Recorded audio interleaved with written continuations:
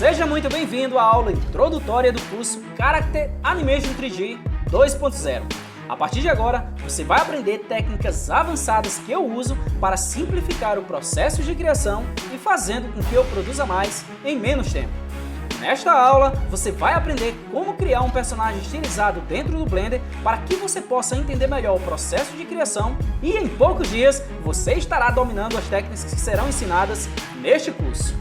Mas afinal, o que é um personagem estilizado e como eu crio ele aqui dentro do Blender? Diferente de um personagem realista que se assemelha muito a um ser humano, personagens estilizados têm formas geométricas simplificadas e um design mais atraente. Por isso, é muito comum ver esses personagens em jogos, séries, filmes e campanhas publicitárias dentro e fora do Brasil. Mas como eu crio um personagem estilizado dentro do Blender? Primeiro, você precisa entender todas as etapas de criação de um personagem estilizado, que são elas: Model Sheet, blocagem, escultura digital, retopologia, mapeamento V, bakes de textura, texturização, rig para corpo e face, animação, renderização e pós-produção. O Model Sheet serve para padronizar o processo de criação de um personagem para que todas as pessoas envolvidas no projeto mantenham o mesmo padrão de qualidade, respeitando as características, estilos, traços, cores e formas do personagem. Na segunda etapa, vamos para a blocagem do personagem. A blocagem serve para definir as formas geométricas do personagem para que você tenha uma ideia de como ele vai ficar depois de finalizado. Nessa etapa, é muito importante que você deixe o personagem bonito de frente, 3/4, lado e costa.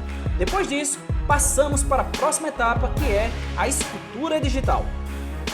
Na escultura, fazemos o refinamento do modelo, deixando o shape mais definido, suavizando a malha e adicionando mais detalhes às pernas, troncos, braços e cabeça. Depois que a escultura estiver finalizada, ela vai ficar com uma grande quantidade de polígono, sendo praticamente impossível ser utilizada na animação ou games, já que ela se torna uma malha high poly com milhares ou milhões de polígonos. Para resolver isso, vamos passar para a próxima etapa, que é a retopologia. A retopologia é um processo de envelopamento da escultura para diminuir consideravelmente a quantidade de polígonos, deixando a malha 3D mais leve para ser usada em diferentes projetos. A retopologia é considerada uma malha low poly, pois tem poucos polígonos em comparação à escultura. Mas, se você observar bem, a malha low poly não tem a mesma quantidade e muito menos os detalhes da malha high poly. E para resolver esse problema, vamos passar para a próxima etapa, que é extrair os detalhes da malha high poly para a malha low poly. Mas antes, precisamos fazer o mapeamento UV.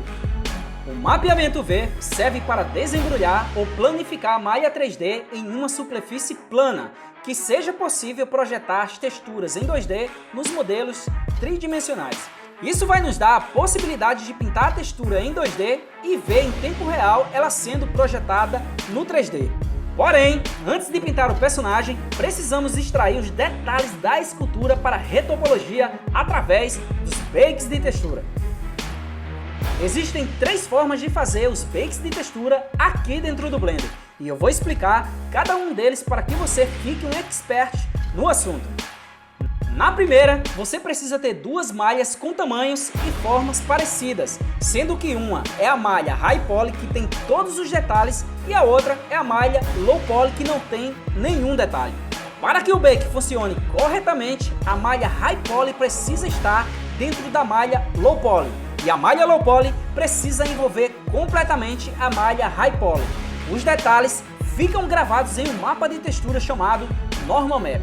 A semelhança é tão grande que fica difícil dizer qual é a escultura e qual é a retopologia. Na segunda, só precisamos apenas da malha low poly. Para que isso seja possível, adicionamos o modificador Multi-Resolution na malha low poly e esculpimos os detalhes que queremos no modo de escultura. E depois, transferimos os detalhes do modificador para o mapa Normal Map. A terceira serve para converter um agrupamento de texturas em um único mapa de textura, que pode ser a Base Color, Ambient Occlusion, Bump, Normal Map, entre outros. Essa terceira é bastante usada para exportar os personagens para Unity e a Unreal Engine. Agora que você entendeu como funcionam os bakes de textura, é hora de passar para a próxima etapa, que é a texturização. Existem duas formas muito conhecidas de texturizar personagens, que são mais conhecidas como NPR e PBR. Na NPR, cada objeto tem uma única textura, deixando o modelo com a aparência de um personagem 2D. Já a PBR, sem dúvida, é a mais usada nos personagens para animação e jogos 3D, já que ela consegue interagir com a luz do ambiente. Para que o modelo seja considerado PBR, ele precisa ter um agrupamento de texturas como a Base Color, Ambient Occlusion, Metallic, Roughness, Especular, Emission, Bump, Normal Map, SS e etc.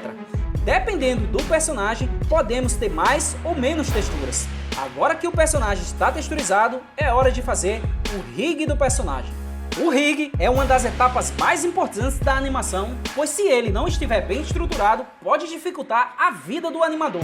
E um dado interessante é que 90% dos profissionais não dominam a criação de rig de jeito nenhum, e somente 3% são especialistas na área.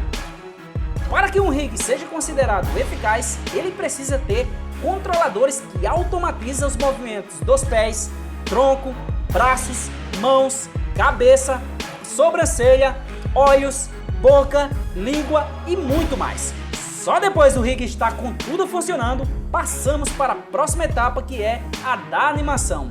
Para muitos, a animação 3D é um bicho de 7 cabeças, mas na minha opinião é uma das etapas mais fáceis de se aprender e dominar num curto período de tempo.